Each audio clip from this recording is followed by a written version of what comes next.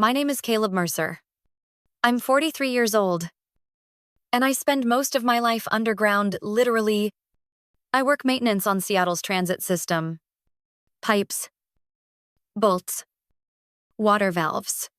It's not exciting work, but it's honest. There's no spotlight, no flashy titles, and I've grown to like the shadows down there.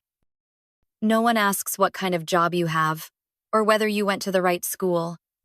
There's just the hum of machines and the comfort of being left alone. But then, out of the blue, my mom called. Said Ryan, my older brother, was hosting a rooftop launch party for some new real estate venture. Downtown. There'd be press.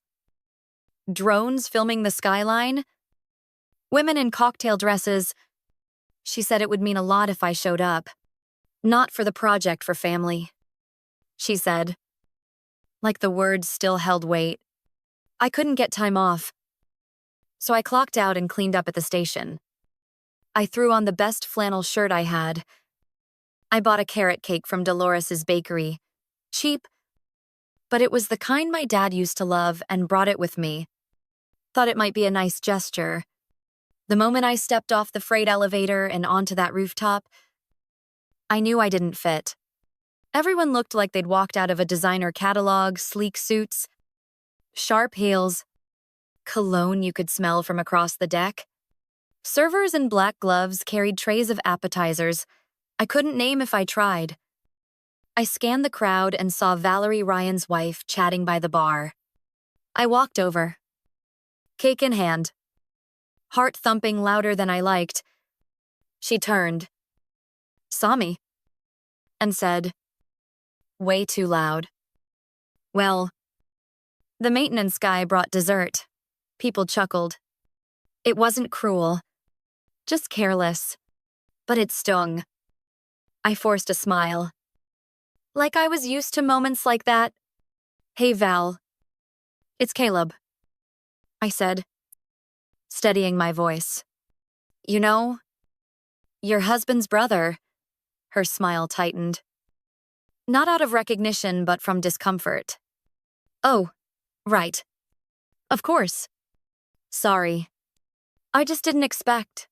But she didn't finish the sentence. She didn't need to. Ryan appeared then, holding a glass of something that sparkled like champagne but felt more like staged charm. Caleb, he said, sounding genuinely surprised. Didn't think you'd actually show. I said I would. I replied, doing my best to stay even. He nodded vaguely, eyes drifting to the box in my hand. What's that carrot cake? I said, keeping my tone light. From Dolores's. Thought it might be a nice touch. His mouth twitched somewhere between a smirk and a frown. Right. Thought. That word. It lodged in my chest like gravel. A cake became a symbol of how out of place I was. A leftover token. A pity offering. I glanced around and caught sight of Mom, chatting by the balcony with neighbors from the old street. She looked up, saw me, and offered a polite smile like I'd just fixed her sink. Then she turned away. I found a quiet corner and placed the cake down at the far end of the buffet. Next to untouched breadsticks and garnish no one cared about, I stood there, awkwardly holding a champagne flute someone had handed me. The bubbles were already flat. I don't think anyone noticed me. I might as well have been invisible. Then I heard someone near the shrimp table ask Ryan, "Hey, who's the guy over there? That's just Caleb." Ryan replied, "My brother. He works trains or something. Not engineer. Not transit specialist. Just something." 10 minutes later, I was gone. And nobody stopped me. I was nearly at the elevator when I heard his footsteps behind me quick. Irritated. Ryan caught up just before the doors closed. He didn't look remorseful. He looked inconvenienced. "Hey," he said, flatly. Before you go, just a heads up. Mom's thinking about selling the lake cabin. I froze. The cabin, I asked, trying to keep my voice from cracking. Dad's cabin. He shrugged like it was no big deal. It's not really being used for anything important. Is it I couldn't find words? The elevator opened, and I stepped inside without replying. He didn't follow. The city felt colder as I walked back to my truck. Still in the same flannel shirt. Still carrying the sting of everything left unsaid. That moment clung to me like smoke. It wasn't just that they didn't want me involved. It was that they had already moved on, rewritten the story. Erased my name from the margins. That cabin was the last thing left that felt like it belonged to me. Really belonged. It wasn't just a place. It was where I could still feel my dad. His presence in every beam. Every board. His memory held in the grain of the wood and the smell of the lake in the early morning fog. If they thought I was just going to let them toss it away like an old tool shed, then they didn't know me at all. There's something about silence. When it lasts long enough, it begins to hum. And that cabin had that kind of quiet, the kind that settles inside your bones and tells you, without saying a word, that you're home. It was close to midnight by the time I made it back to the lake. The gravel crunched beneath my tires. The familiar sound oddly comforting. The porch light was still flickering, just like it always did when the wind picked up off the water. That old bulb had been hanging there since I was a kid. Stubborn and half dead, but still holding on. I turned off the engine and sat there in the silence, watching the dark silhouettes of pine trees sway gently in the night. They moved like they'd seen everything. Like my return didn't surprise them at all. And maybe it didn't. Maybe this place had been waiting. Inside. It was exactly as Dad had left it. The old wood stove in the corner. The sagging couch with the blanket he always used. Bookshelves he'd built behand. Still packed with manuals and paperbacks yellowed from time. The photo of us fishing back in '94 was still on the mantel. Still crooked. I dropped my keys into the tin tray by the door and stood in the kitchen, letting the quiet wrap around me. The refrigerator hummed like a lullaby. The wooden frame creaked faintly, adjusting to the cold air. Everything here breathed slow and steady, like it had a pulse of its own. I didn't sleep that night. Just sat at the table with a mug of black coffee, staring at the ceiling. Then the walls, then my hands. They wanted to sell this place. They wanted to erase it like it was nothing. But this house, it still held my father. Not just his memory, but his effort, his sweat. He wired the light switches himself. He sanded the floors with borrowed tools. His boot prints were still sunk into the front steps. They couldn't take this from me. Not without a fight. The next morning, I grabbed the ladder from under the crawl space and climbed up into the attic. I didn't know exactly what I was looking for. Maybe some record. A forgotten letter. Anything that might prove what I already felt in my bones, that this place wasn't just emotionally mine. It was supposed to be legally mine. Too? The attic smelled like dust and pine. Boxes stacked taller than I remembered. Some caved in, others wrapped in plastic that had long since yellowed. I dug through old tax forms, warped blueprints, and stacks of receipts so faded the ink had all but disappeared. Piles of papers dating back decades. Some older than me. Then I saw it Dad's blue binder. Thick. Worn at the corners. I hadn't seen it since I was a kid. When it sat behind the glass cabinet in his home office, he used to keep it locked away like it held state secrets. I opened it slowly, hands tingling with something between nerves and hope. Inside were folders labeled in his neat, bloque handwriting. Tax filings. Repère estimat. property maps. He'd marked every section with blue tabs and dates. I flipped through carefully, heart racing with every turn. One divider read, Cabin Trust Clause, Mercer Lake. 1996. I stopped breathing for a second. I turned to that tab and there it was. A copy of the original trust agreement. Notarized. Signed. It outlined a specific condition. If Caleb Mercer resides on the Mercer Lake property for 10 consecutive years following the owner's death, the title and 3 surrounding acres shall transfer solely and permanently to him. I read it again. Then again. 5 times in total. Slower with each read. I'd been living here for 11 years. But the version Mom had sent me last year just to keep things tidy, she'd said was missing this clause entirely. I remembered thinking it felt incomplete. But I hadn't wanted to question her. Not back then. Now I knew better. That same night, I sat back at the kitchen table. Same spot Dad used to occupy with a calculator and a chipped mug of tea. The binder lay open in front of me like it had been waiting all these years. The clause was right there. Bold as ever. I didn't need a lawyer to tell me what it meant. But I needed someone to tell me why it disappeared. I stared at the phone in my hand for a long time. Then finally, I dialed the only person I could think of. Uncle Rich, I said when the line clicked open. My voice sounded rough. Even to me. It's Caleb. There was a pause.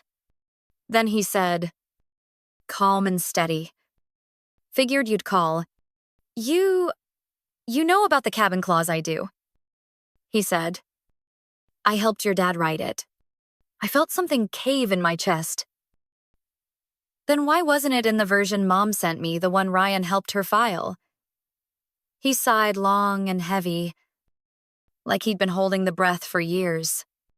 Because while you've been down there fixing pipes and staying quiet, your brother's been rearranging the game board. I closed my eyes. Did Dad know? He suspected. That's why he left a trail. A trail. You're on it now. He said simply, just keep walking. I sat there in silence. The hum of the fridge sounding like thunder in the quiet. My hands buzzed like they'd touched live wire. This wasn't just about land anymore. This was about my father's trust and my brother's betrayal. 1 week after finding the clause, I was parked outside a quiet retirement home in Tacoma, palms sweating against the steering wheel. I hadn't seen Warren Blackwell, my dad's old lawyer, in over 15 years. I wasn't even sure he'd remember me or be sharp enough to help. But Uncle Rich had said, if anyone can untangle what Ryan's done, it's Warren. I was out of options. The building was neat brick walls, white trimmed windows, wind chimes on porches catching the breeze. I signed in at the front desk, followed a nurse down a hallway that smelled like lemon polish and distant memory. Room 213. Warren was sitting by the window in a beige cardigan, flipping through a copy of Popular Mechanics. His hair had gone completely white, and his glasses sat low on his nose. When I knocked gently, he looked up, squinted, then smiled. Well, I'll be damned, he said.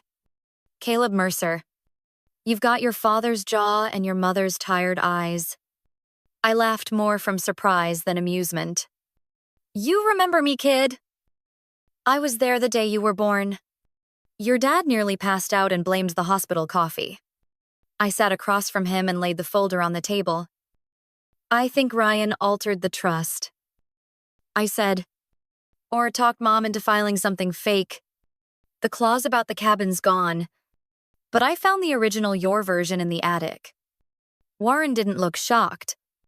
He just nodded slowly, like he'd been expecting this for years. That cabin, he said. I was always meant to be yours. Your dad made that clear. Caleb keeps it standing. He keeps it forever. I slid the documents toward him. I need to know if this version still has legal weight. Warren adjusted his glasses, flipped through the pages carefully, and then tapped one spot near the bottom.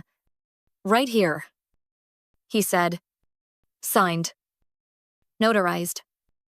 And filed 2009. Right after your dad's second surgery. That means any updated version would have needed full consent from all beneficiaries? He blinked. But Mom signed the update. I saw her initials. He looked up. Steady. Maybe she did. A pause. Or maybe she just thinks she did. Warren leaned back in his chair, then reached under the table and pulled out an old accordion folder. It was worn at the edges. The paper inside curled and faded from time. Your dad gave me this before he passed, he said. Told me to hold on to it. Only give it to you if anyone in the family ever tried to contest the cabin or move things around behind your back. He slid it across the table to me. I opened the clasp with a dry snap. Inside were land surveys, property records, old bank statements, and a letter handwritten in Dad's unmistakable blocky print. If they ever make you feel like a guest in your own home, show them the map. I reached in and pulled out a folded blueprint. When I unfolded it, my heart skipped a beat. It wasn't just the cabin. It was everything. The entire Mercer Lake shoreline. Sure are. 3 acres.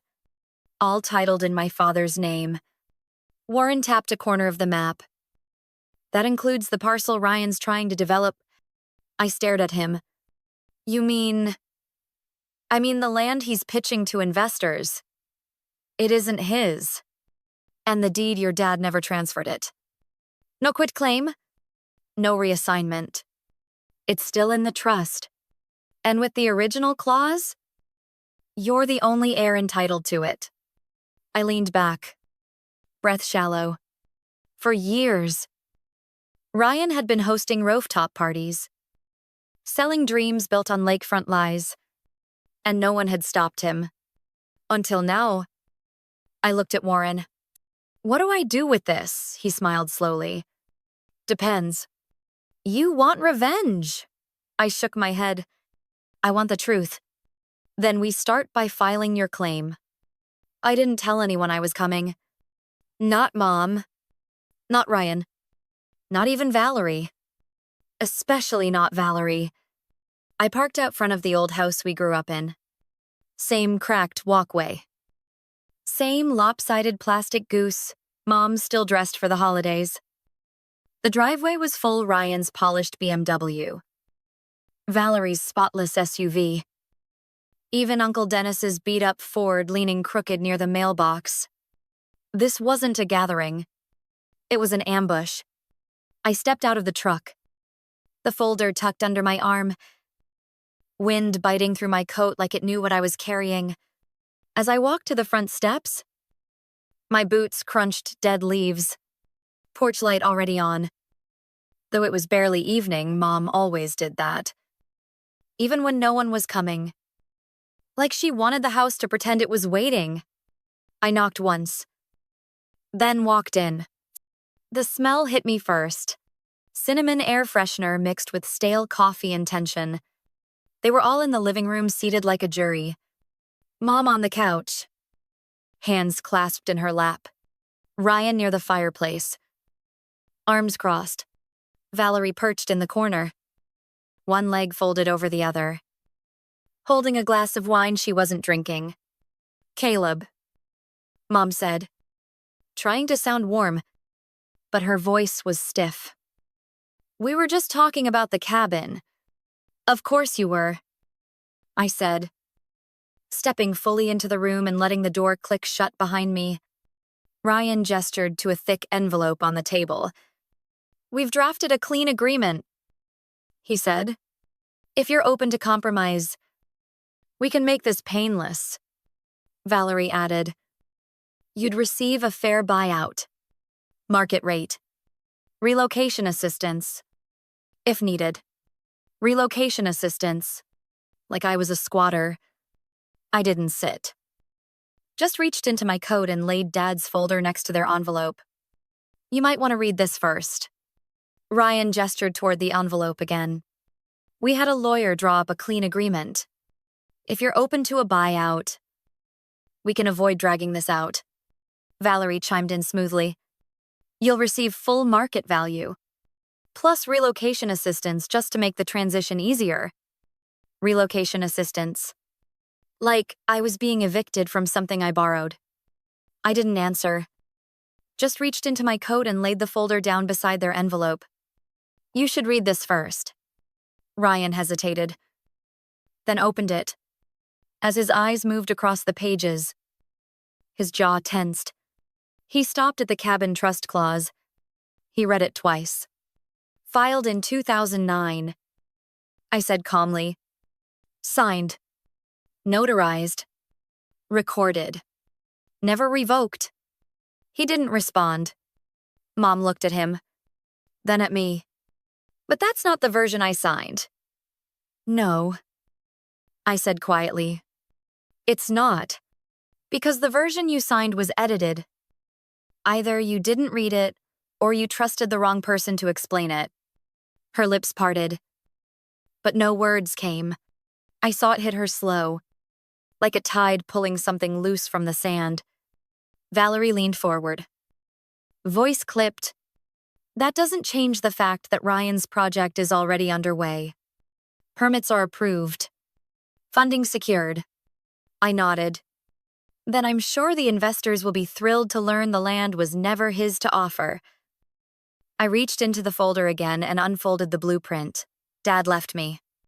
The full Mercer Lake property. I laid it down like a final card.